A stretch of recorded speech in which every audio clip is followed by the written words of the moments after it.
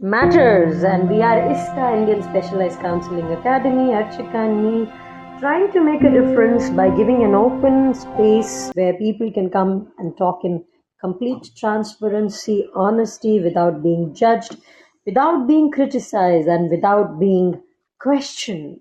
We would rather give a way, pave a way for people. Right, Archika? Very important aspect of the life. और मुझे लगता है एक attachment ऐसी चीज है जहाँ से सब शुरू होता है। Hmm. In relationship, in Absolutely. Feelings, मतलब अटैच होना शुरू करते हैं, अटैचमेंट वाली फीलिंग आनी शुरू होती है। Even from the non living thing, हम लोग अपनी बुक्स, अपने फर्नीचर, अपने पिलो से अटैच होते हैं। Hmm. मतलब Hmm. इसके बिना नींद नहीं आएगी मुझे। So attachment is something अगर मैं which left hand can side be. Bed पे नहीं सोई तो मेरे को नहीं, पूरी रात में सो नहीं पाऊंगी। Yeah, which is I everywhere. think I I think when It's you a talk about pattern of life, attachment, which is everywhere. we have Rohit with us. Hey Rohit, good afternoon Rohit. How are you doing, dear? We have Arjun also And in Sia listener also. panel.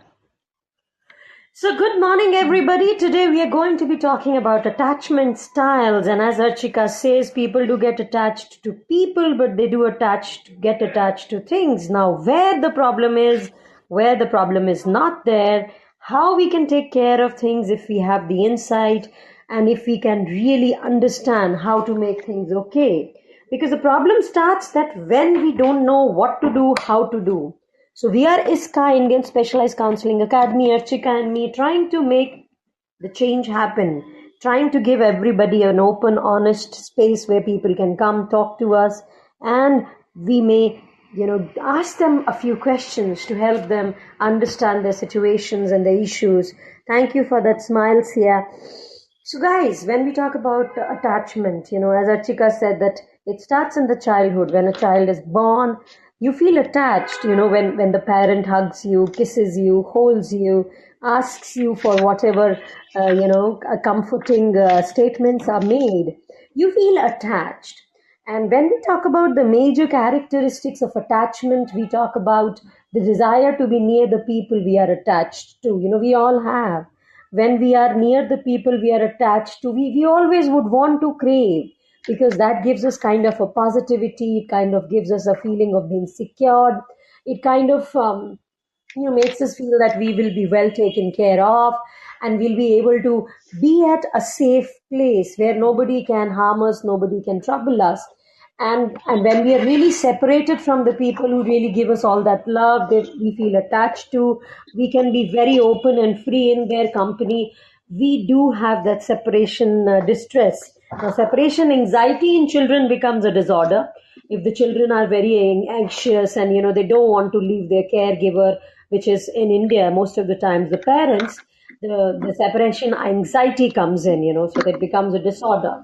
And the main components of attachment, by the way, attachment theory was given by John Bowlby, and it was further developed. And today, what we have, it makes sense. But guys, just remember, everything has to be taken with a pinch of salt. Nothing is final. Your relationship with yourself is what you make and you decide and you make it happen. So you have to be very cognitively trying to understand things, trying to explore yourself, try to see what you have, how you can make things better. So if you understand what kind of attachment style you have, you will be able to make change to yourself by doing better things, by looking at things as an onlooker and making the changes happen. So before I continue, go on, if anybody else, just giving you the open space, guys, to come talk to us if you have anything, any issue in attachment. And right now we are continuing a series on romantic relationships. If you feel there is something wrong in your relationships and something you want to talk, you're most welcome to come up on the speaker panel, write a comment down. And we are going on to the three key propositions of attachment. When somebody is consistently taking care of us when we are small children. Why attachment theory starts in small age? It is with the children. because we learn to be taken care of, and Ashima, that's I'm interrupting you in between, but it just came into my mind that this attachment thing is very, very important because even before giving a birth to a child, the attachment of the fetus, the embryo to the uterine cavity is very important. तो अगर hmm. वहीं से attach नहीं हो तो आगे की story तो फिर आती ही नहीं No, just है. bringing that, the embryo has to get attached to the Attach. uterine cavity. If it is not getting attached, the pregnancy won't happen. So Pregnancy won't happen. There's yeah, no child. There's no this thing. The theory बनेगी नहीं आगे. So attachment, absolutely, it's like absolutely, a and the beginning is attachment. And the beautiful Upanishad on Garbh Sanskar, are Mm. we are really rich in ancient knowledge and scriptures. But the only thing is, when we look at the scriptures of India today, they are not scientifically proven, so we can't have the reliability and validity associated. Otherwise, we have everything there. And the best part is, today everybody is trying to validate and make them reliable sources, and that is how mindfulness has come into being. अगर आप सबको पता हो, mindfulness एक बहुत ही बेहतरीन concept है जो वेस्ट के अंदर चालू हुआ है. But the roots of mindfulness are into the Ashtanga yoga by Patanjali and the pranayama and all those things. Hi, Shuchi. Hope you're doing great. So, guys, when we talk about Garbh Sanskar, as Archika brought in, the attachment of a child to the mother starts right in the womb, when the child is in the womb of the mother. And Garbh Sanskar is an Upanishad that talks about how the mother should try to be, how she should behave, how she should eat, how she should talk to the fetus, so that the child feels attached and that secure attachment happens. So there are four kinds of attachment. Before going on to them, let me quick and आप सबको अपने आप को ये समझना होगा कि आपके रिश्तों में अगर कहीं पर भी कुछ ऐसा इशू है जो आपको लगता है जो आपकी तरफ से है या आपके पार्टनर की तरफ से है, उसके पीछे attachment can be a part, not completely but in a major way. क्योंकि जब हम अटैच्ड होते हैं ना, या नहीं होते हैं, या हम चीज़ों को अवॉइड करते हैं रिश्तों में, या हम इमोशनली डिवॉइड होते हैं, या हम सिक्योर फील नहीं होते हैं, तो ये सब रूट्स कहीं ना कहीं हमारे चाइल्डहुड में होती हैं. तो अगर हम उनको समझ सकें तो हम कॉग्निटिवली हमें एक इंसाइट मिल जाता है और हम उनके ऊपर वर्क कर सकते हैं. I hope I am making sense to everybody. Archika, I hope everybody is getting. क्या आप लोगों को सब समझ आ रहा है जो मैं बोल रही हूँ? Relationships में, especially romantic relationships में, or forming relationships anywhere, when you grow up, attachment is a very important part. Yes, Archika, you're saying something there. No, I was just trying to you mentioned four styles of attachment, or you can say the four types, but and they are same. I was saying they are same. If you take the case of the child, then they are same. If you take adult relationship, then also these four works. And now you'll explain them. Exactly. Now, when we talk about attachments, अगर हमारे को एक अच्छी attachment मिली हो बचपन में, हम अपने पेरेंट्स पे विश्वास कर सकते हो, हमें ये पता हो कि हम उनके पास जाएंगे तो वो हमें झिड़केंगे नहीं, हमें प्यार से गोद में बिठाएंगे, हमें प्यार करेंगे, हमारे से अच्छी मीठी मीठी बातें करेंगे, तो कहीं ना कहीं हमारा बचपन में एक ट्रस्ट बिल्ड हो जाता है. और उसी तरह से जब हमारे को एक कॉन्फिडेंस नहीं मिलता है, हमारे माँ बाप हमको हमारे में विश्वास नहीं करते हैं, हमें डांटते डपकते रहते हैं और हमें हर बात पे पनिश करते रहते हैं, हमारी हर बात को काटते हैं, तो वहाँ पर एक इनकन्सिस्टेंसी आ जाती है. तो वहाँ पर हमारे को क्या होता है कि हम कहीं ना कहीं कंफ्यूज हो जाते हैं और कई चीज़ों को समझ नहीं पाते हैं, और जब हम समझ नहीं पाते हैं तो हम अवॉइड करते हैं. तो early experiences in life, in the childhood, in the infancy और इन एडोलसेंस, ये तीनों जो हमारे फेजेस हैं ना, जब हम बहुत छोटे बच्चे होते हैं, जब हम बड़े होते हैं, टॉडलर हो जाते हैं, किंडरगार्टन जाते हैं, 9-10 साल तक के होते हैं, और उसके बाद हमारी एडोलसेंस है, ये 3 फेजेस हैं. अगर इस टाइम के ऊपर हमारा पेरेंटल केयर या हमारे जो बड़े हमारे आसपास होते हैं वो हमें जिस तरह की भी केयर देते हैं, that really decides the way we will be latching on to the relationships in our life. और इसी टाइम के अंदर हमारे एक्सपेक्टेशंस फॉर्म्ड होते हैं, और हमारी एक्सपेक्टेशन लेवल की, हम एक्सपेक्ट कर सकते हैं नहीं कर सकते हैं, हमें किसके पास जाना चाहिए नहीं जाना चाहिए, क्या हमारी मांग पूरी होगी नहीं कि नहीं होगी, क्या हम विश्वास कर सकते हैं नहीं कर सकते हैं, ये चीज़ें ज़िंदगी भर हमारे बचपन में ही हम फॉर्मुलेट करके उनको वैसे ही चलाते रहते हैं, और वही हमारे बहुत सारे बड़ेपन में जो हम रिलेशनशिप्स बनाते हैं उनका बेस होते हैं। हाँ, अगर हम कॉग्निटिवली ये समझ लें कि हमारे अटैचमेंट स्टाइल में कहीं कोई गड़बड़ है। जैसे बहुत से लोग होते हैं वो रिश्ते बनाते हैं मगर उनके रिश्ते टिकते नहीं हैं, रिश्तों में उलझनें आ जाती हैं, चाहे दोस्तों के हों चाहे वो रोमांटिक रिलेशनशिप्स हों, तो उन्हें समझ नहीं आता है कि उनके साथ हो क्या रहा है। इसी के ऊपर एक बहुत ब्यूटीफुल चीज़ है कि शायद हम कहीं ना कहीं मांग ही गलत चीज़ रहे होते हैं, डिज़ायर ही गलत चीज़ रहे कर रहे होते हैं, क्योंकि हमें पता ही नहीं होता कि हमने रिलेशनशिप किस तरह से फॉर्म करना है। तो जब हमारी एक्सपेक्टेशंस होती हैं वो बचपन के एक्सपीरियंसेस से फॉर्म होती हैं। यानी अगर बच्चों को ये पता हो कि अगर मेरी कोई एक्सपेक्टेशन है और मेरे माँ बाप मेरे बड़े लोग मेरी बात को मानेंगे, मेरे को एक अच्छा रिस्पॉन्स मिलेगा, तो वो बच्चे सिक्योर हो जाते हैं। उनमें एक मांगने की इच्छा आती है, उन्हें एक्सपेक्ट करने की इच्छा आती है, उन्हें बात करने की इच्छा आती है, विश्वास करने की इच्छा आती है। मगर अगर ये नहीं होता है then it becomes an unhealthy or faulty attachment style. So before I go on to the 4 different attachment styles, anybody has any question, anything to ask, please feel free. This is a platform where we want you to talk in open, transparent atmosphere, ताकि हम लोग आपस में बात करके चीज़ों का एक अच्छा सॉल्यूशन।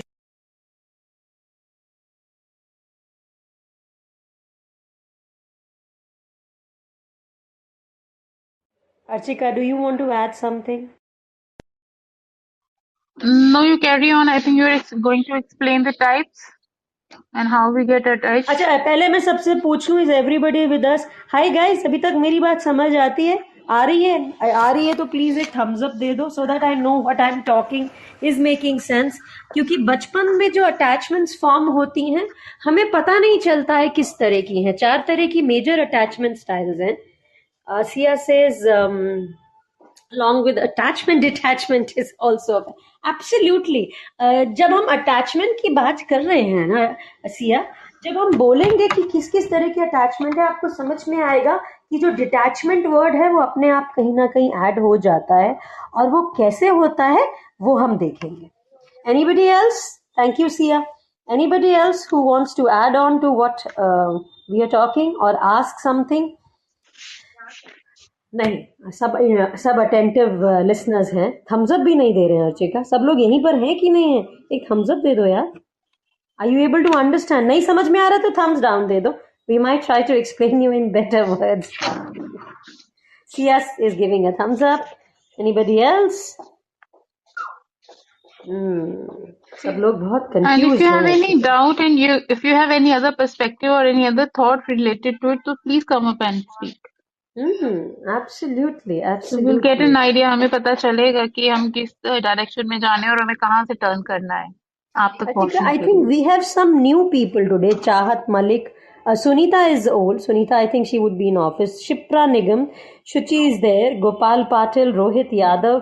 Anybody, आप लोग ये नहीं समझिएगा यहाँ पे कोई प्रवचन नहीं है, but yes we are trying to give you certain features, certain things which will help you in understanding कि अगर आपके रिश्तों में प्रॉब्लम है तो क्यों है, और अगर नहीं है तो वो आपको एक कॉन्फिडेंस देगा कि आप सही कर रहे हैं। Right?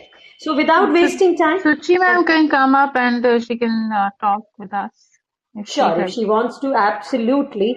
So let's go on to the first attachment style, Archika. Secure attachments का स्टाइल। सिक्योर का क्या मतलब होता है? बच्चा सेफ महसूस करता है, सिक्योर महसूस करता है। और वो बचपन में कैसे होता है फॉर्म? जब केयर गिवर्स या आपके पेरेंट्स आपकी नीड्स को, आपकी प्रॉब्लम्स को आप सुनते हैं, समझते हैं, आपको प्यार देते हैं, आपको कंफर्ट करते हैं, आपको सपोर्ट करते हैं। अगर आपको कोई पेपर में मार्क्स अच्छे नहीं आए तो वो एक बार को ये तो ज़रूर बोलेंगे, देखा तुमने क्या करते हो बेटा, पढ़ते नहीं हो, मगर फिर कहेंगे चलो कोई बात नहीं, इससे एक लेसन लो, आगे चल के और अच्छे से पढ़ना। मगर कुछ पेरेंट्स ये नहीं देते हैं। जब इस तरह की सिक्योरिटी नहीं मिलती है, रीअश्योरेंस नहीं मिलती है, जब कोई प्रॉब्लम हो, बच्चे को डर लग रहा हो, तो उसको बाहों में भर के उसको अच्छे से हग नहीं करते हैं, प्यार नहीं करते हैं, उसको रीअश्योरेंस नहीं देते हैं, तो बच्चे को सिक्योरिटी नहीं आती है।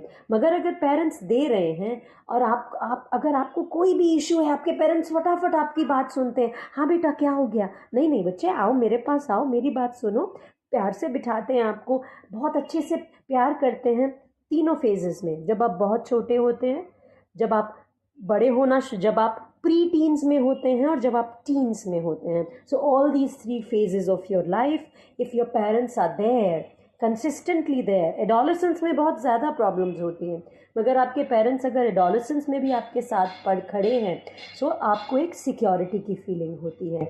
और सेकंड होता है एम्बिवेलेंट अटैचमेंट सो स्टाइल। एक्चुअली एम्बिवेलेंट, आशिमा आशिमा अगर इसको बहुत सिंपली हम समझाना चाहें कि सिक्योर जो जी, अटैचमेंट स्टाइल है उसमें क्या होगा, तो वी कैन से कि वार्मथ होगी, एक केयरिंग होगी, आपका हम्म, ट्रस्ट बिल्ड होगा, आप फॉरगिविंग होंगे, you'll get all this thing, you know, boundaries अच्छी होंगी, जो आपके बंदिश लगाई जाएगी आपके आसपास, वो आपको ऑब्स्टेकल नहीं लगेगी, वो आपको समझ आएंगी कि किस लिए है, सिक्योरिटी के लिए है, प्रोटेक्शन के लिए है, तो you'll feel safe inside।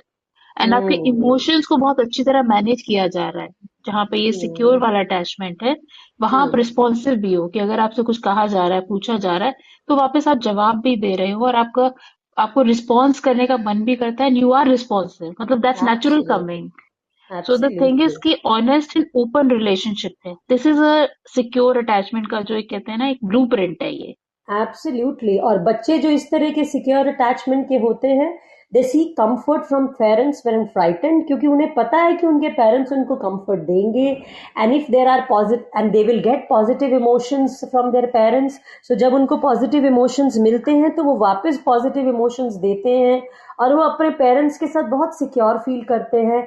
और जब वो बड़े हो जाते हैं ऐसे बच्चे, Archika, they are trusting and they have relationships with last for a very long time, and they have a good self esteem because they don't think bad of themselves, they are not confused about their identities, they share feelings with their friends and their partners, your voice they is are not cracking closed. Ashima. I think is my voice cracking? Because I think I'm very clear. Ashima your Everybody, voice is was my voice cracking in cracking? Between, I don't know. No, your network is a little wrong, Archika. I can see the network not Okay, being maybe right my on your network part. is like that. All right. So as adults, Okay, as so the children, same security, uh, Ashima, I'll as just tell you कि अगर adult में अगर इसको define करें, तो it's like कि we are comfortable with our intimacy and we are feeling independence in relationship. So एक positivity है hmm, views में। Adult hmm, में अगर आप इस hmm, attachment को इसको define करेंगे secure को कि adult में हमारा attachment अगर secure है, तो हम क्या कर रहे हैं? तो हम comfortable हैं। मतलब ये जो hmm. intimacy है, जो closeness है, उसमें Self-esteem is very comfortable है। high. Such children have high self-esteem. They don't think bad about themselves. They enjoy relationships, right? And they seek social support and they can express their feelings. Their interpersonal skills are good. They have level of autonomy, means they have their own identity. They have sense of purpose and they have that sense of self-acceptance. Does that make sense, Achika?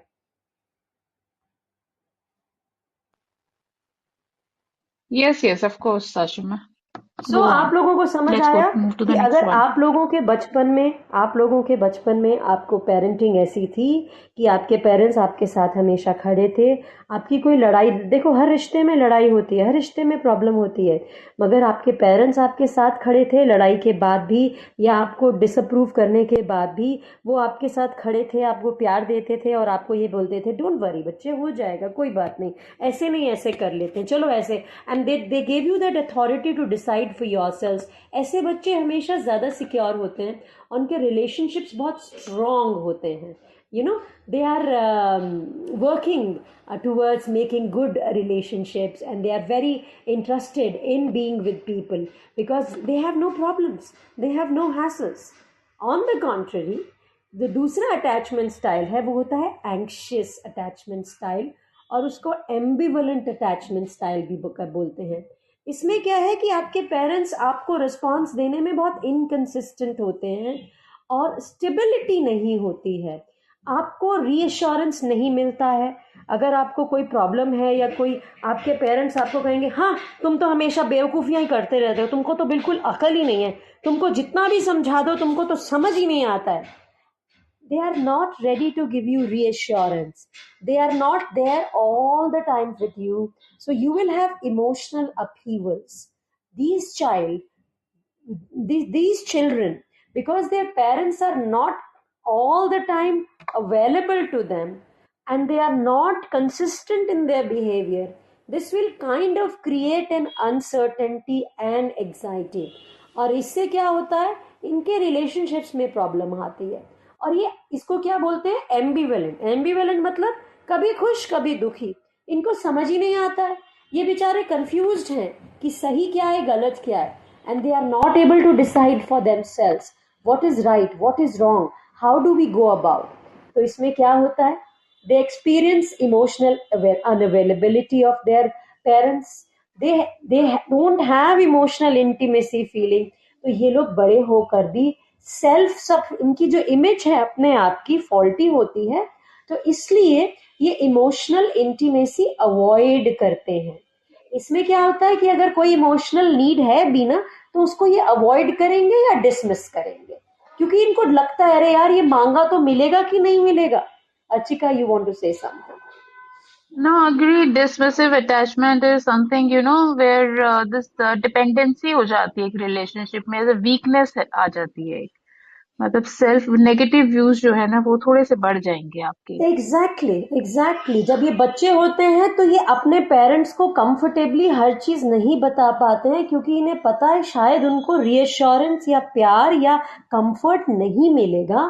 तो इसीलिए ये कोशिश करते हैं कि दूर रहें, problems को अवॉइड करें, ताकि, क्योंकि इन्हें नहीं मालूम है कि इनके पेरेंट्स कैसे रिएक्ट करने वाले हैं। तो इनको फिर बड़े होकर के इंटीमेसी में प्रॉब्लम्स होती है, फॉर्मिंग रिलेशनशिप्स में प्रॉब्लम होती है, और सोशल और रोमांटिक रिलेशनशिप्स के अंदर थोड़ा सा ये इमोशंस अपने लगाते हुए डरते हैं। इसीलिए एक्चुअली आशिमा, इसको अगर थोड़ा सा कहे कि जो भी जितने भी हमारे अटैचमेंट के स्टाइल्स होते हैं ना, उसमें अगर देखें तो अवॉइडेंस और एंजाइटी सब जगह होती है, बट जो उनका लेवल इंटेंसिटी है उसमें फर्क आता है। तो जो सिक्योर वाला हमारा था उसमें हमारी एंजाइटी और अवॉइडेंस दोनों ही लो रहते हैं। जो डिसमिसिव वाला है, इसमें जो है एंजाइटी तो हमारी लो रहती है, पर जो अवॉइडेंस है वो हाई हो जाती है, क्योंकि हम अवॉइड करने लगते हैं, क्योंकि इमोशनल वाला जो फैक्टर है ना, इमोशनली हम लोग थोड़ा डिटैच होते जाते हैं, डिस्टेंस एक्चुअली बनाते जाते हैं। Anxiety would be on a positive side. यहाँ एंजाइटी ऐसी या नहीं होती है कि आपको नो नो परेशान नो, कर दे। यस जब भी आप एंजाइटी। किसी नए रिश्ते में जाते हो, when you get into a new relationship, आपको थोड़ा बहुत डिस्कम्फर्ट होगा, मगर क्योंकि आपने बचपन से सीखा हुआ है रिश्तों को अच्छे से नेविगेट करना, आपको पता है कि आपको कैसे रिस्पॉन्ड करना है, आपको पता है कि रिश्तों में पॉजिटिविटी का क्या रोल है, इमोशंस को एक्सप्रेस करके कैसे फीलिंग होती है, और इमोशंस को अगर एक्सप्रेस करो तो उसके ऊपर रिएक्शन किस तरह का आना चाहिए। सो वो एंजाइटी उस लेवल की नहीं होती है जो एक अवॉइडेंट स्टाइल में होगी, राइट? या बिकॉज एंजाइटी को हम हमेशा ये नहीं कहेंगे कि एंजाइटी है तो कुछ बहुत मेजर प्रॉब्लम है। Anxiety means it's a feeling, it's a discomfort feeling, जो कि हमें कभी भी आ सकती है। आपको अगर नॉर्मल एक गैस की प्रॉब्लम हो रही है, थोड़ी सी आपको बहुत थोड़ा सा इशू हो रहा है, तो उसमें भी हम डिस्कम्फर्ट फील करते हैं, हाँ, एंड उसमें भी थोड़ी सी discomfort and anxiety anxiety create they make होती है। Different different connotations, right? हाँ, एक तो उसमें हल्का भी थोड़ी स्ट्रेस हो, क्या हो रहा है। डिस्कम्फर्ट से स्ट्रेस होता है, right? It depends what the situation, what factors working, मतलब वो डिपेंड करता है। But anxiety is not negative always, and the level of anxiety in the secure is very low, and in this hmm. Also it's low, but only जैसे the आजकल avoidance exams बढ़ चल रहे जाता हैं, है। एग्जाम्स का स्ट्रेस और एंजाइटी सबको होती है, मगर ये इस लेवल की नहीं होती है कि आदमी बेहोशी हो जाए, भागी जाए कि पेपर ही नहीं देना है ना। Yeah, correct. We can say that. So we were talking about the attachment style where the child is anxious, और वो anxious होता है तो उसको मालूम नहीं होता है, तो वो दोनों तरफ झूलते रहता है। And one the third style is avoidant attachment style. अब avoidant में क्या आता है कि भाई आपको इमोशनल नीड्स को और आपकी कोई भी कंफर्टिंग सिचुएशन में आपके बड़े लोग आपको नहीं जाने देते हैं। ऐसा आपने देखा होगा कि पहले ज़मानों में, इवन नाउ, पेरेंट्स में ऐसा होता है कि फादर एक ऐसी फिगर बन जाते हैं जो उनको लगता है कि अगर बच्चों को इमोशन दिखाया, बच्चों से प्यार दिया, तो ये रिस्पेक्ट नहीं करेंगे, तो वो बच्चों से एक इमोशनल डिस्टेंस मेंटेन करके रखते हैं। और जब बच्चों से एक इमोशनल डिस्टेंस मेंटेन करके रखा जाता है ना बड़े लोगों का बचपन में, तो उन बच्चों को समझ ही नहीं आता है कि भाई इमोशन एक्सप्रेस भी करना होता है। इमोशन एक्सप्रेस करने से लोग आपको एक अच्छा रिएक्शन भी देते हैं, तो वो हमेशा अवॉइड करते हैं अपनी सिचुएशन को, क्योंकि उनके बड़े लोग उनके लिए हमेशा अनअवेलेबल थे। तो उनको पता ही नहीं कि क्लोजनेस होती क्या है, उन्हें पता ही नहीं कि इमोशंस एक्सप्रेस कैसे किए जाते हैं, उन्हें पता ही नहीं कि हमारी आइडेंटिटी बहुत स्ट्रांग है, तो वो एक कॉन्फिडेंस की फीलिंग नहीं आ पाती है। So they are not able to make very good relationships as they grow up. But the good part is, अगर इस तरह के बच्चों को ये समझ आ जाए जब वो बड़े हो जाते हैं, तो और उन्हें ये समझ में आ जाए कि हाँ कुछ गड़बड़ है, और वो इस चीज को समझ ले, और वो अपने जो अवॉइडेंट स्टाइल्स हैं उनके बड़े होके वो क्या करते हैं, वो इंटीमेसी और क्लोज रिलेशनशिप्स में नहीं जा सकते, वो डरते हैं। उन्हें लगता है यार नहीं नहीं, इमोशन तो क्या है, नहीं नहीं, रिश्ते तो बेकार हैं, रिश्ते तो बनाने ही चाहिए, रिश्ते बनाने से तो बड़ी प्रॉब्लम होती है, छोड़ो छोड़ो रिश्ते नहीं बनाने। क्योंकि उन्हें नहीं पता है कि अगर रिश्तों के अंदर प्रॉब्लम आएगी तो उसको कैसे हैंडल किया जाएगा। और इस ये लोग बहुत कैजुअल होते हैं रिश्तों को लेकर के। you know they may not want to get into a serious relationship, they may want to have a fling, they may want to flirt around, but they may not want to get into a serious relationship, क्योंकि इनको अपने emotions को process करना नहीं आता है।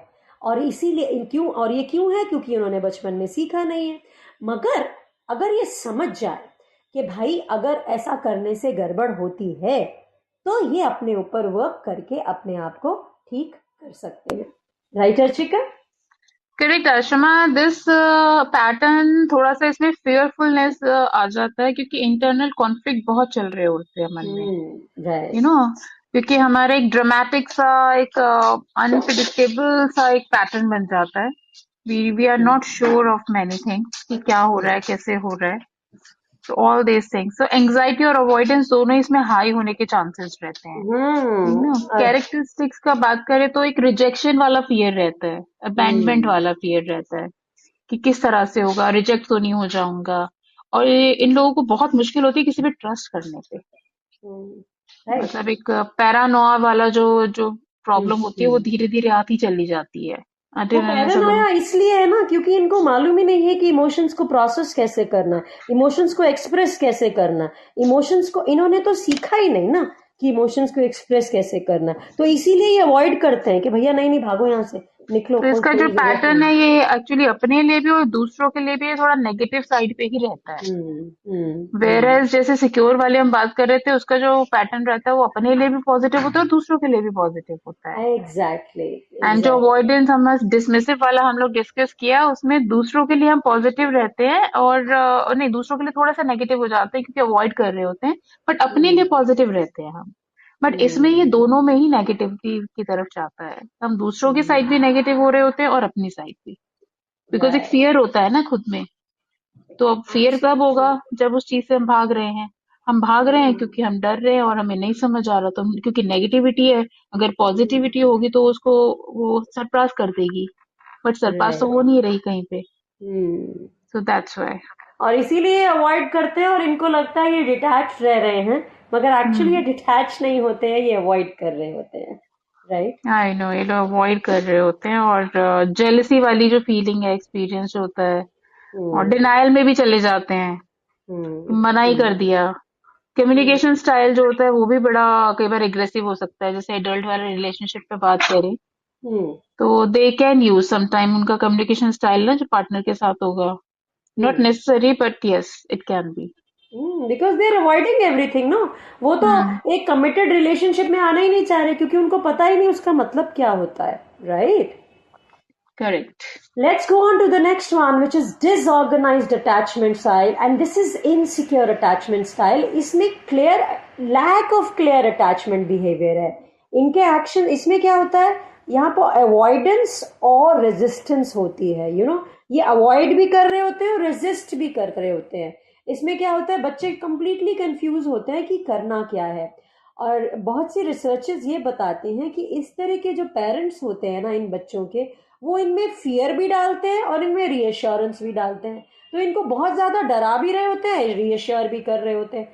तो ये बच्चे डर भी रहे हैं अपने माँ बाप से और कभी कभी कंफर्ट भी फील कर रहे हैं। So they are not able to understand कि करना क्या है।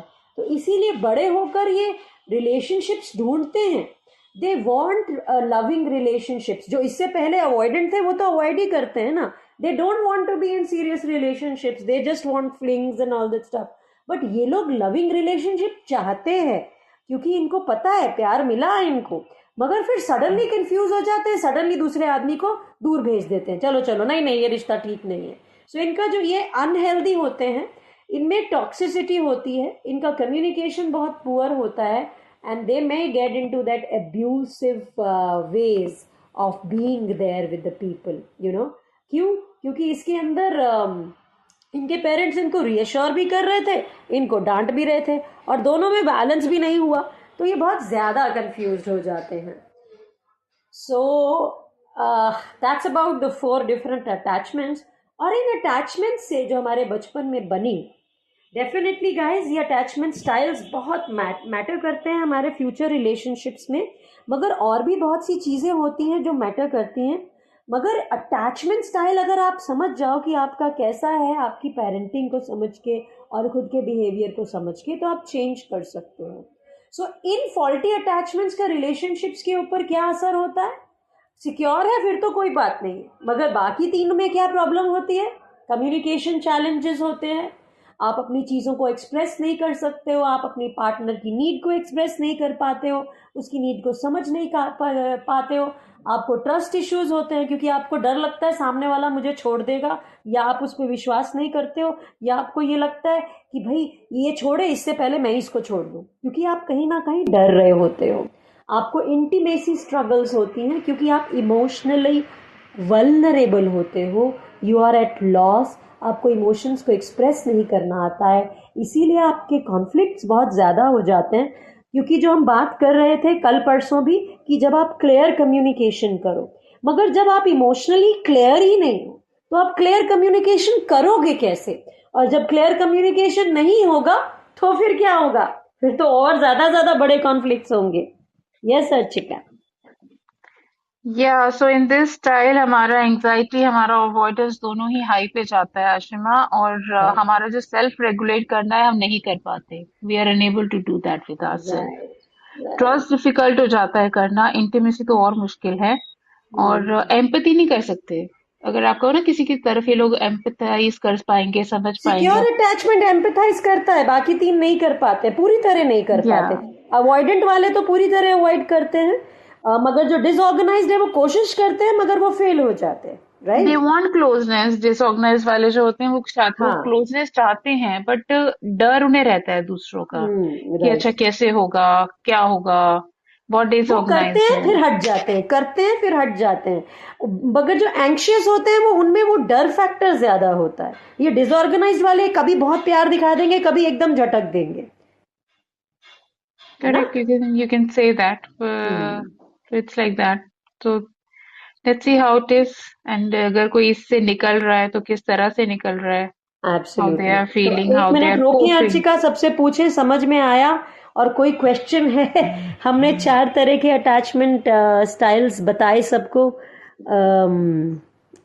अगर किसी को लगता है कोई क्वेश्चन है, कोई सवाल है, उनके बचपन की रिश्तों का जो उनके पेरेंट्स के साथ बनते हैं उससे उनके रोमांटिक रिलेशनशिप्स पे क्या असर होता है? आई थिंक आशिमा जो मोस्ट अभी देखने में आएगा, अगर किसी को करने लगेंगे सोसाइटी में या सराउंडिंग में, तो डिसऑर्गेनाइज्ड आएगा। क्योंकि ज्यादातर आजकल जो यूथ है और जो टीनेजर्स, व्हेन दे फेल, जब फेलियर आता है, then they start feeling unworthy और हेल्पलेस फील करते हैं।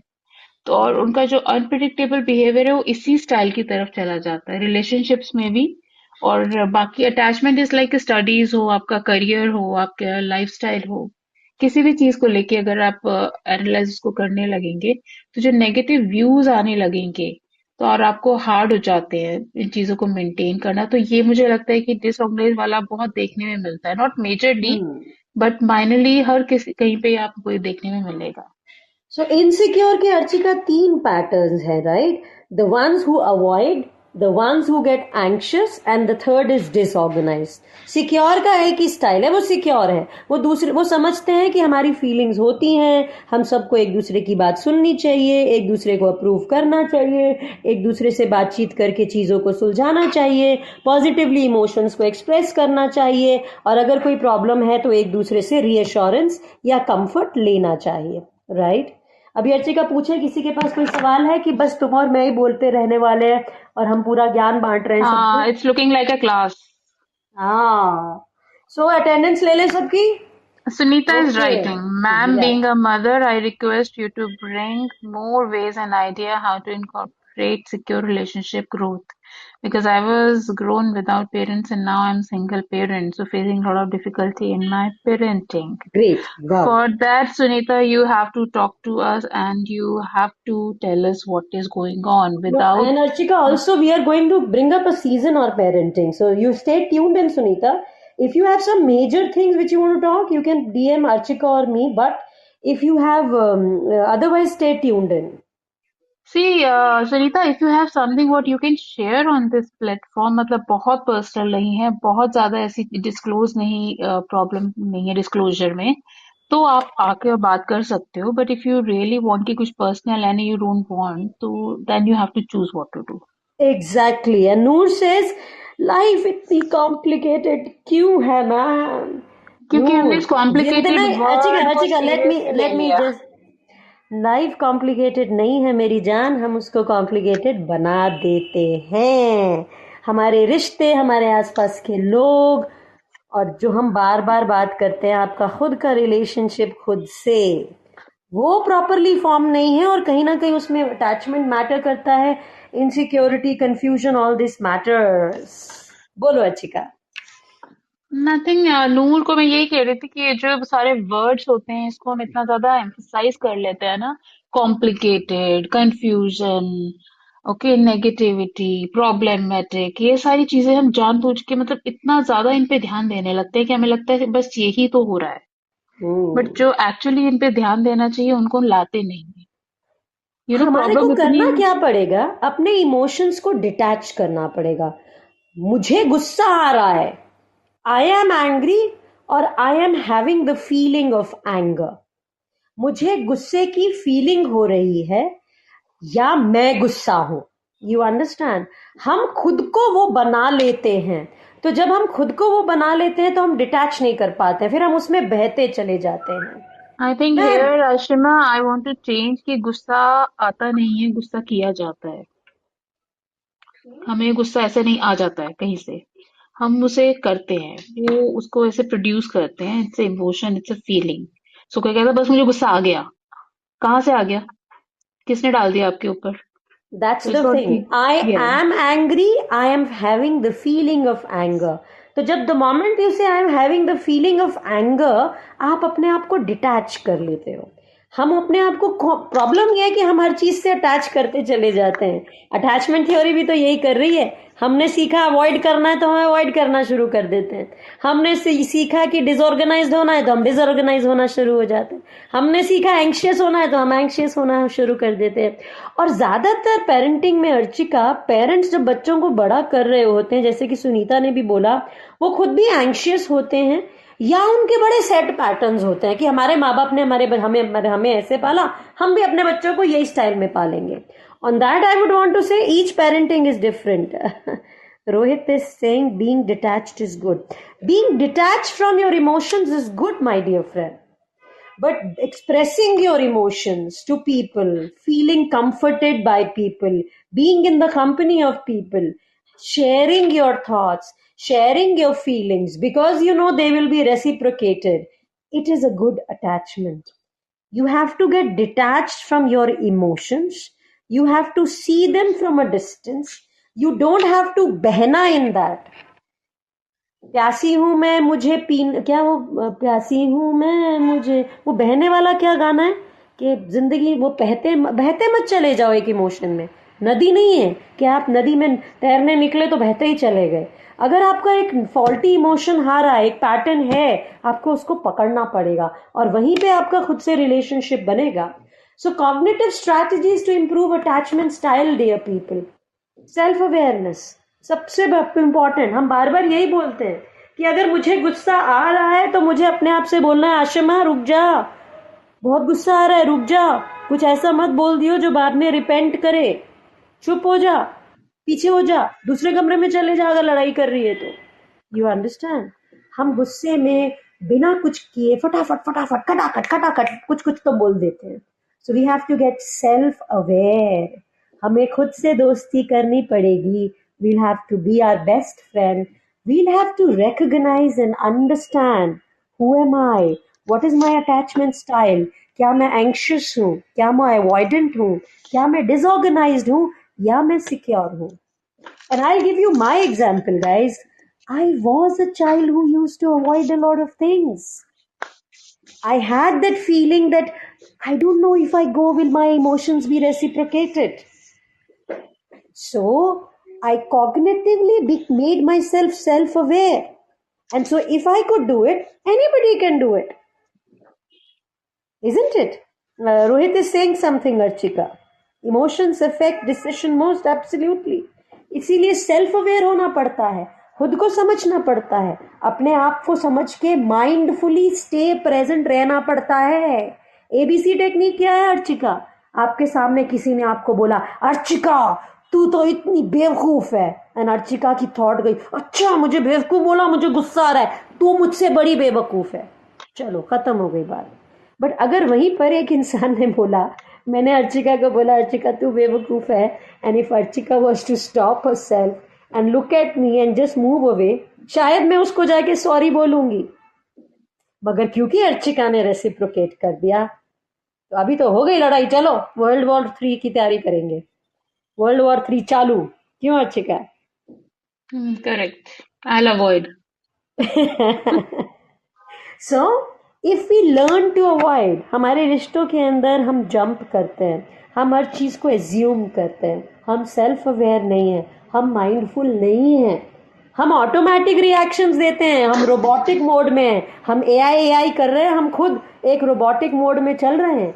हम But लोग here, अपने Ashima, emotion, I'll add one thing कि please go on. avoidance theory is good and avoiding is good, but we need to understand कहाँ क्या avoid करना है, कितना avoid करना है। No, here Archika, I'm not talking Yes. about avoidant attachment, huh? Avoidant No, attachment. not attachment. हाँ, I'm saying कि because कई बार ऐसा होता है ना आशिमा कि me and you we are talking and we have something else in mind in our mind. हमारा perspective एक काउंसलर साइकोलॉजिस्ट वाला होता है, हम वो समझा रहे होते हैं, बट सामने जो सुन रहा है वो किस माइंडसेट में सुन रहा है, उसने ये ना ले ले वो कि अच्छा सब चीज को अवॉइड करना ही बेस्ट थेरेपी होती है, ये ही सबका इलाज है। मतलब वो मैंने कहते हैं गुस्से की सिचुएशन ली, राइट, कि ना, अगर मुझे मुझे किसी ने गलत कहा और मुझे बट वी लगता है, अवॉइड नो समटाइम, हाँ, नॉट गुस्से में नहीं, समटाइम्स ऐसा होता है कि लाइफ में बहुत सारी सिचुएशंस होती हैं, रिलेशनशिप्स में भी और डेली लाइफ में भी, नॉट जस्ट गुस्सा। कई बार आपको कोई इंस्ट्रक्शन दे रहा है और आपको इंस्ट्रक्शन पसंद नहीं आ रहे हैं, तो भी आपको उसको अवॉइड करके उसका हाउ टू तरीका बैलेंस अच्छी दिस का थिंग। ये है कि यस, आप मूव अवे कर गए एक बार को, आपने ठंडे मन से जाके सोचा, आपने गुस्सा नहीं किया, तो आपके इमोशंस चेंज हो गए, तो आप कॉग्निटिवली रैशनली सोचेंगे कि मैं अब उससे जाके क्या बात करूं। और अगर वो करेक्ट। तो किसी हाँ, भी टर्म को लेने से पहले या उसको अपने लाइफस्टाइल, अपनी लाइफ में आपको ऑब्जर्व करने से पहले प्लीज अंडरस्टैंड कि उसका कॉन्टेक्स्ट कहाँ कहाँ फिट होता है। दिस इज नहीं वेरी ठीक है, इंपॉर्टेंट। अवॉइड करो और समझो कि सिचुएशन को अवॉइड करके क्या हुआ, फिर वापस आओ, बताओ क्या तो चीज दैट इज गलत हो व्हाई गई, क्या वी चीज कीप सही ऑन, हो गई। इसीलिए हम लोग पूछते रहते हैं कि प्लीज आस्क क्वेश्चंस। अगर कहीं भी आपको कुछ ऐसा लग रहा है कि इसको कैसे कनेक्ट करना है, इसको कहाँ से इसका कॉन्टेक्स्ट इसके साथ जुड़ रहा है और कैसे इसको अप्लाई किया जाएगा, इसकी एप्लीकेशन कहाँ आती है, तो प्लीज आप पूछो, हम्म, आस्क। क्वेश्चंस नहीं होंगे तो आंसर नहीं होंगे, क्वेश्चंस नहीं होंगे तो वो चीज क्लैरिटी ही नहीं आएगी पिक्चर में। okay, okay, Archika, so people, if they are not able to handle all these things, then they'll have to reach out to therapy for sure, professional help लेना ही पड़ेगा। थेरेपीज ऑफ का help course. लेना पड़ेगा। और इस तरह के relationships का क्या रिएक्शन होता है रोमांटिक रिलेशनशिप्स पे, उससे जाने के पहले एक छोटा सा क्विज करें Archika. Can I take 1 minute, Tashima, if you don't go on. mind? Yeah. या So प्लीज। actually, सुनीता ने एक क्वेश्चन पूछा, उसके मन में एक बात रह गई। तो Sunita, here I want to give answers कि बहुत सारी चीजें तो मैं आपको नहीं समझा पाऊंगी, बट आप पेरेंट्स दोनों अवेलेबल है या पेरेंट्स सिंगल अवेलेबल है, डजेंट मैटर। अगर आपका बच्चे के साथ एक कम्युनिकेशन बहुत अच्छा है, ठीक है, आप हम्म। उसको फ्रेंड भी बनते हो, पर टाइम टू टाइम आप पेरेंट भी बनते हो। बच्चे को ना कहना और ना बताने से अच्छा है कि उसको यस और नो का जो आप बोल रहे हो उसमें सिचुएशंस में आप बताओ कि ये आप करोगे तो एक्सप्लेनेशन। गलत है और ये आप करोगे तो सही है। फॉर एग्जाम्पल अगर जैसे कि टीन एज में लड़कियां जा रही होती हैं एंड बड़ी हो रही होती हैं, they feel like we should wear short dresses this and that. वो पहनना बुरा नहीं है, आई एग्री। बट अगर आपको एज अ पेरेंट लग रहा है कि ये मुझे नहीं पहनने देना अपने बच्चे को, बिकॉज इस तरह से मेरे को अच्छा नहीं लगेगा, तो आपको वो डिफरेंस समझाना है कि बेटा तुम पहनो, फाइन। व्हेन यू कोई पहन रहा तो आपको कैसी फीलिंग आ रही है, आपने पहनी है तो कैसी फीलिंग आ रही है, what you are feeling, what अभी तुम्हारा स्टेट ऑफ माइंड क्या कह रहा है, खुशी मिल रही है, हैप्पीनेस मिल रही है। एंड अगर आपको अपने बच्चों को फिर भी प्रोटेक्ट करना है, तो आपको अपना तरीका समझाने का बताना पड़ेगा। इस तरह से समझाना पड़ेगा कि आप एज अ गर्ल आप कह रहे हो कि बेटा जितना हम अपने आप को क्लोज है, मतलब if you are wearing knee length या ankle length, so it's also good. See, वो भी अच्छा लगता है। I Again, can't as tell Archika is you trying lot to of say, things is it right is now. about communication, right? How to communication and please communicate. Support your kids. आपकी जो expectation अपने आप से रही हैं, वो please आप forward मत करो, वो बैगेज आप अपने बच्चों को मत दो कभी भी। वो एक अलग So, इंडिविजुअल है। when we talk about parenting styles, there are 7 kinds of different parenting styles. But the best one is the authoritative parent, जो बच्चों के साथ जहाँ पे नो बोलना है वहाँ नो भी बोलता है, मगर उनके साथ हमेशा खड़ा रहता है, राइट? बट प्लीज बस एक कॉन्फिडेंस देना है आपको बच्चों को। अगर बहुत सारी चीजें भी अगर आपको नहीं समझ आ रही पेरेंटिंग में, तो बस आप अपने बच्चे को इतना कॉन्फिडेंस जरूर दो कि आप उसके साथ हमेशा खड़े हो। बस ये हम्म। एक चीज भी आप दे देंगे ना बच्चे को, तो बाकी चीजें आपको समझ आ जाएंगी और बाकी बच्चा खुद समझ लेगा। क्योंकि यही हम फेल कॉन्फिडेंस। हो जाते हैं, कॉन्फिडेंस देने में और उसको ये बताने कि बेटा I am having your back, don't worry. Hmm. बस यही खुद को भी समझाना है, क्योंकि जब खुद को समझाने की बारी आती है तो हम फेल होने लगते हैं कि हर अर्चिका, जगह मेरा उसको पहला क्वेश्चन ऐसा सपोर्ट ही कुछ आ करेंगे। रहा है। हम्म। पूछूं पहला क्विज का प्लीज क्वेश्चन प्लीज। सबसे? देखें। And Rohit says, Rohit has some question to ask. Let them know problem pros and absolutely that is what is communication, Rohit. Pros and cons means आप बच्चे को जब कॉन्फिडेंस देते हो उसको एक ये भी बताते हो कि बेटा let's discuss, let's communicate, because communication is to the key. Rightful communication एक होती है dictation. Authoritative parents don't dictate terms. Authoritarian parents are like military rulers. Huh? Rohit is on here. Yay, Rohit. Go on, my dear. I think parents should only tell them pros and cons, and after that, their decision is what to do and what to not. Hmm. But Rohit कई situations ऐसी होती हैं जहां parents को ना बोलना पड़ता है, मगर as you very rightly saying कि दे हैव टू। अगर कोई ऐसी सिचुएशन है जहां पे उन्हें लगता है they can give a free hand, and they have to most of the time they have to make the children confident, and for that they have to discuss the pros and cons. If there is a conflict during the state of conflict they will have to do it. But Rohit, बच्चों को वहां तक लाना भी है जहां वो इतने समझदार बन जाएं कि आप प्रॉज एंड कॉन्स समझाएं और उन्हें पता हो कि प्रॉज क्या होते हैं और कॉन्स क्या होते हैं। उससे पहले एक ऐसी स्टेजेस आती है जहां आपको एक्चुअली बच्चे को हाथ पकड़ के और खींच के निकालना पड़ता है। तो you that should is be ready what. For every step. तो ऐसा नहीं है कि शुरू से ही बच्चे को सब कुछ समझाने लगते हैं और वो समझने लगता है। No, I think that is Archika, शुरू से ही करना पड़ता है। और वो शुरू से आई आपके मीन खुद के। आशिमा, ऐसा नहीं है कि we don't need to school them, we have to. How to, कितना करना है, कैसे करना है और उसको बाद में किस तरह से मोल्ड करना है। इट्स लाइक एक बुक नहीं, बुक लिखे हुए लोगों ने, बट मेरे को समझ नहीं आता कि बुक पढ़ के सारी पेरेंटिंग एक जैसी कैसे हो नो नो, जाएगी। Each parent is means different. मतलब स्ट्रिक्ट होना भी इम्पोर्टेंट है पेरेंट्स का, जी। बट वेरी जी। Important Rohit, very important. क्योंकि हर चीज का कहते हैं ना, एक रेसिपी में हर चीज का होना जरूरी है। अच्छा जो खाना बनता है उसके लिए एक मसाले जो आप डालते हो वो पर कितने डालने हैं, कब डालने हैं, कितनी क्वांटिटी में डालने हैं, और फ्लेवर कौन सा चाहिए आपको, दैट वेरी मैटर्स। ट्रू। तभी तो अथॉरिटेटिव पेरेंट्स यही करते हैं। जब हम बट अगर कभी आप स्टार्टिंग से उन्हें प्रोज एंड कॉन्स नहीं बताएंगे तो वो आपसे छुप के हाइड करके चीजें करेंगे, फिर व्हाट विल वहाँ यू। बताना वहाँ पड़ेगा शुरू कम्युनिकेशन से। काम आता है रोहित। जब बच्चे छोटे होते हो तो आप जो उनसे जितना क्लोज होते हो, आप उनको जितना इस तरह का कॉन्फिडेंस देते हो कि वो सब कुछ घर में, जैसे ही वो प्लेग्राउंड से भागता हुआ आ रहा है, वो लड़ाई करके आया है, झगड़ा करके आया है, किसी को मार के आया है, पर वो पहले आता है और कहता है कि पहले मेरी सुनो, मैं क्या करके आया हूँ। वो वाला इसमें एक जो कम्युनिकेशन, वो बहुत इम्पॉर्टेंट कॉन्फिडेंस। पॉइंट है, Archika and Rohit and everybody who is listening and Deepak is saying hi, the important point is that children are observing their parents at each and every moment of their lives, and when they are observing, they are looking at every behavior, at every attitude, every reaction of their parents. So parenting के अंदर सबसे important ये है कि उनका खुद का attitude, उनका खुद का बिहेवियर, उनका खुद का डिमेनर, उनका खुद का बात करने का तरीका, चीज़ों को करने का तरीका। फॉर एग्जाम्पल, अगर मुझे कभी लगता है कि मैं कोई चीज़ नहीं ढंग से कर पा रही हूँ, to accept, oh my god, I am not able to do this right, and if I want involve my kids, देखो यार मेरे से हो नहीं रहा है, मुझे और टाइम चाहिए, I know you want to play with me, but I can't play with you right now. Can I take a little more time? What am I doing here? I'm involving my kid. So it is very important to involve your kids instead of saying, देखो मेरे पास time नहीं है, भग जाओ यहाँ से। हम ये भी करते हैं। कभी कि क्या हुआ क्या। और स्ट्रिक्ट तो रहना ही नहीं है ना हर टाइम। सुनो रोहित, आप थोड़ा सा कंफ्यूज हो रहे हो बच्चा। What we are trying to say is कि पेरेंट्स का खुद का बिहेवियर ऐसा होना चाहिए, क्योंकि बच्चे हर मोड़ पे, हर मिनट पे माँ बाप को ऑब्जर्व करते हैं। मगर स्ट्रिक्ट की आपके हिसाब से क्या परिभाषा है? क्या आपके पेरेंट्स स्ट्रिक्ट है रोहित? नहीं, मेरे पेरेंट्स तो बिल्कुल स्ट्रिक्ट नहीं है। मैं उनसे तो मैं सब कुछ डिस्कस करता हूँ, बस वो मगर मुझे ऐसा उसके भी तो नहीं प्रोज है एंड कि उनको कॉन्स टेकन बताते फॉर हैं। ग्रांटेड लेते हो कि भैया अभी इनको तो जो मर्जी कह दो, ये तो मेरी बात मानेंगी, चाहे मैं गलत हूँ चाहे सही हूँ। नहीं नहीं, वो मुझे बस उनके प्रोज एंड कॉन्स बताते हैं, बाकी मेरा डिसीजन है। अब hmm, that's a very good thing. वो आपको प्रोज एंड कॉन्स बताते हैं और बोलते हैं चल बेटा डिसीजन। हम्म, जी बोले। वो मुझे उसके प्रोज एंड कॉन्स बताएंगे, उसके बाद वो मेरा हम्म, डिसीजन है कि वो उस पे रोक टोक नहीं करते मुझे।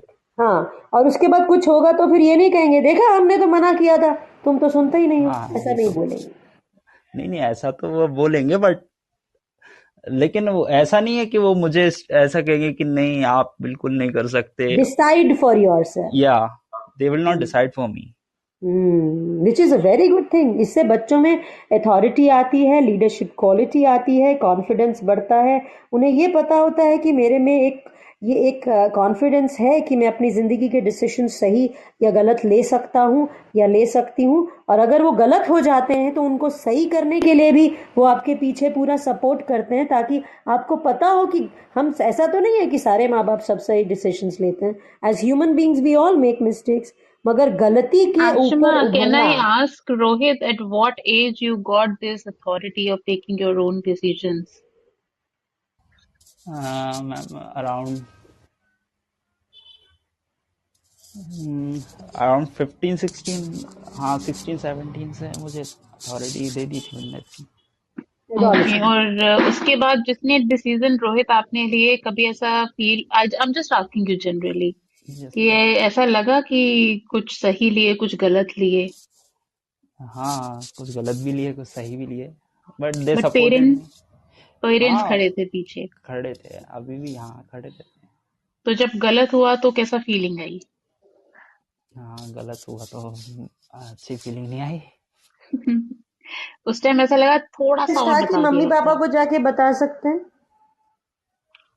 नहीं मतलब हाँ, मतलब बट नहीं बताया मुझे उनको बहुत से डिसीजंस, बिकॉज मैं उनको ट्रबल नहीं करना चाहता था इसलिए। बट उन्होंने आपको अथॉरिटी दी, उन्होंने प्रॉस कॉन्स भी बताए, फिर आपने जाके क्यों नहीं बताया? क्योंकि वो मेरी मिस्टेक थी ना, मैंने उनकी बात नहीं मानी इसलिए। और फिर आपने बट उसको प्रोज एंड करेक्ट कॉन्स तो किया, उन्होंने मुझे पहले भी बताए थे। तो बट उसके बाद कॉन्फिडेंस आपने तो उसको था ना। करेक्ट किया। मतलब उतनी मैच्योरिटी, मतलब वो मेरे साइड से नहीं थी कि मैं उनसे डिस्कस कर पाऊँ, क्योंकि आप अपने फ्रेंड से डिस्कस करते हो and you don't discuss with your parents sometimes. And 15-16 years के पहले तक क्या था रोहित?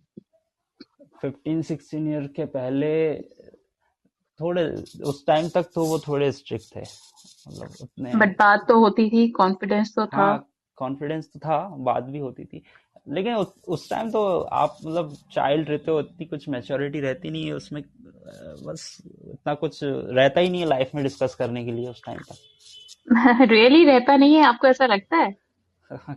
कि बच्चों के पास डिस्कस करने को नहीं होता? आई थिंक वो जब से बच्चा बोलना शुरू करता है तभी से उसके पास बहुत कुछ होता है। एक टाइम होता है कि पेरेंट्स कहते हैं प्लीज थोड़ी देर चुप हो जाओ, कितना बोलते हो, जैसे बोलना शुरू करते हैं बच्चे। हाँ, मतलब ऐसा ही रहता है, बट ऐसा कुछ सीरियस कुछ डिस्कस करने के लिए ऐसा कुछ मुझे नहीं लगता रहता है डिस्कस कुछ। नहीं, मस्ती करना, मजा हाँ, करना, मस्ती, दैट्स हाँ। वो तो रहता ही है। इतना तो इतना कंफर्टेबल एग्जैक्ट रिलेशन तो था, शुरू से था कि मस्ती या जोक्स ये सब तो होता तो रहता है। एग्जैक्टली वहां तक आपको लाया गया जब जब तक आप 15-16 के हुए, क्योंकि एकदम 15-16 पे लाके तो वो कॉन्फिडेंस आपको एकदम से कहीं से बाजार से खरीद के नहीं दिया कि लो हाँ 1 किलो कॉन्फिडेंस ले लो हमारा, ये मम्मी की तरफ से और ये पापा की तरफ से, ऐसा नहीं हुआ ना, तो वो हाँ, बिल्ड नहीं, किया गया।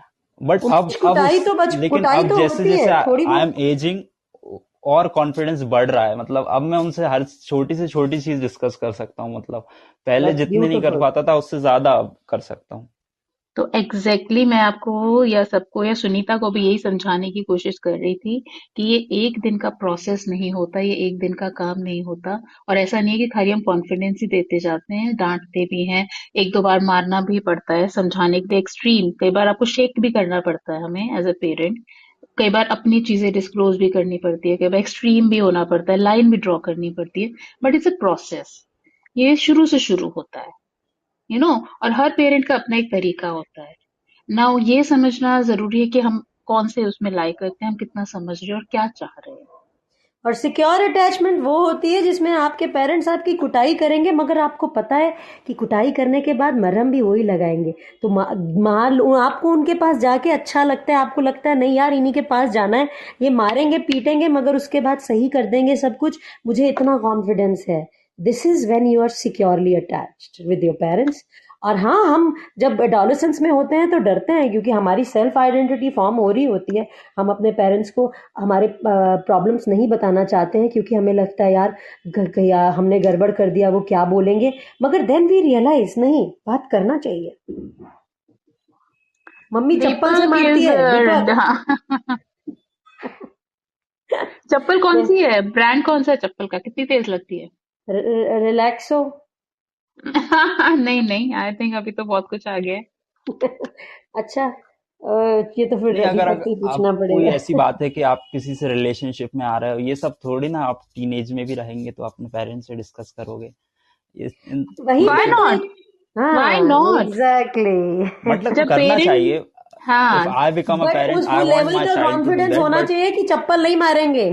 अच्छा एक बात बताओ, अगर as a parent if I tell my daughter कि see this is normal and you should go through these phases, infatuation भी होती है और क्रश भी होते हैं और लाइकिंग भी होती है और होनी भी चाहिए, so there is nothing wrong in it, but जहां पे ऐसा कुछ हो तो बेटा एक बार बता देना, डिस्कस कर लेना, देख लेंगे। इट्स ओके, गलती करने से बच जाओगे, एक स्टेप आगे बढ़ने से पहले एक जहां खड़े हो वहां पे बता देना कहाँ पे खड़ी हूँ, हाँ ऐसा आई होना टेल यू। चाहिए। दैट इज बिल्कुल, right. Very true. That is what I always talk about, Very right? true, guys. 36 seconds. We had a great discussion, Archika, me, and then Rohit. And Deepak had certain comments to make, And and one Umesh thank you so and much, Rohit, for Sunita. coming and making this discussion interesting. And welcome ma'am, thank guys, you, we were thank you talking as about well. attachment styles. Let's have you all tomorrow. Also, we'll be discussing. We are on a romantic relationships week, and parenting is going to be the next. Thank you everybody for being such patient listeners, and please come back with certain more questions to ask. In the meantime, have a great day. God bless you all. Do your best. Have Bye, see great you. relationships.